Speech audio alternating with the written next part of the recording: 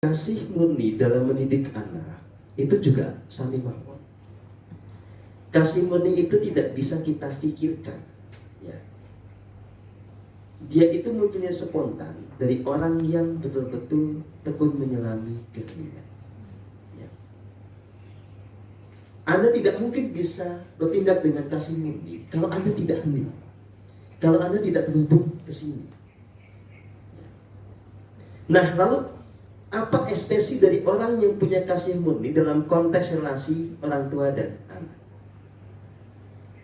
Yang pertama adalah dia sadar bahwa anak itu punya perjalanan jiwa sendiri, punya talenta dan rancangan agung sendiri, di mana tugas orang tua hanya mengantarkan dia mencapai itu, bukan untuk mengikuti apa maunya orang tua. Termasuk dia sekolah di mana, nanti dia kerja apa, nikah sama siapa, itu bukan sesuai dengan maunya ego orang tua. Ya. Kasih murni mengantarkan kita untuk bertindak yang selaras sesuai dengan rancangan agung si anak itu, di mana kita cuma menjadi fasilitator. Kita ketitipan mandat dari semesta ini untuk memberikan yang terbaik pada anak itu. Ya. Yang berikutnya, kita memberi tanpa harap kembali. Jangan punya asumsi anak sebagai produk investasi kita.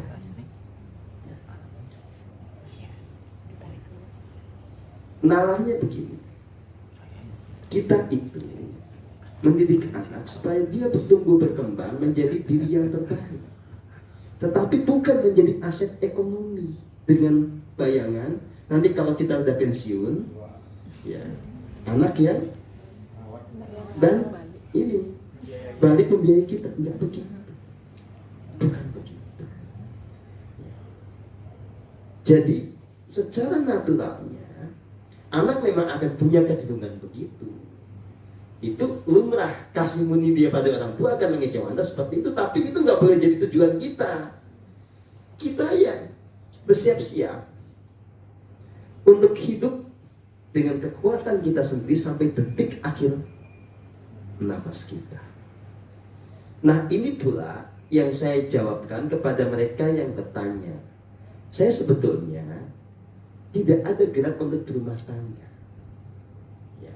Tapi saya takut nanti kalau saya nggak punya anak, siapa yang merawat saya di masa tua? Loh, emang kalau punya anak pasti ada yang merawat? Kata siapa? Loh, kalau anaknya jauh, anaknya malah ngikut suaminya atau pasangannya gimana?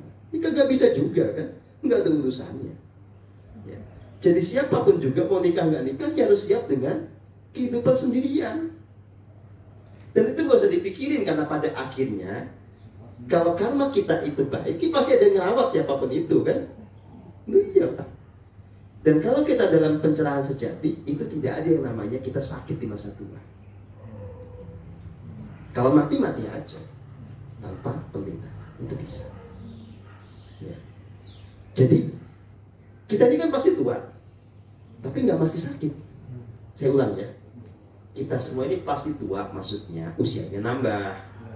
Tetapi soal kita nanti di masa tua itu sakit, ngejobrak atau tetap seger bugar, itu pilihan.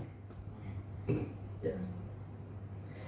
Keheningan yang konsisten itu akan memastikan kita itu tetap stabil, prima hingga masa tua.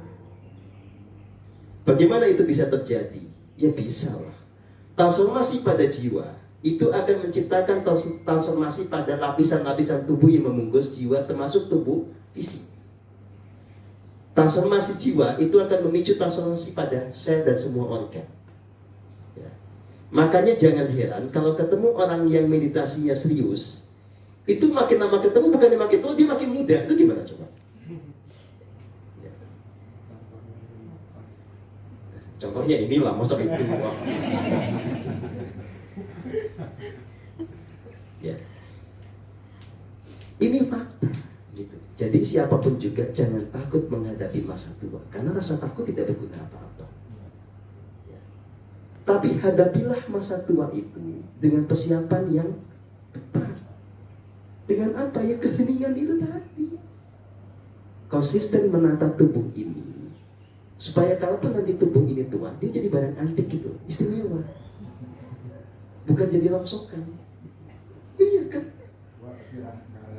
Iya, tua tapi tidak rentak, tetap jalan, tapi antik, pakai bernilai. Iya. Kenapa enggak mobil aja bisa masa manusia kagak? Lalu mobil itu kan ngikutin manusia. Itu kan mengikuti apa namanya? Filosofinya itu ngikutin manusia. Gitu ya. Silakan.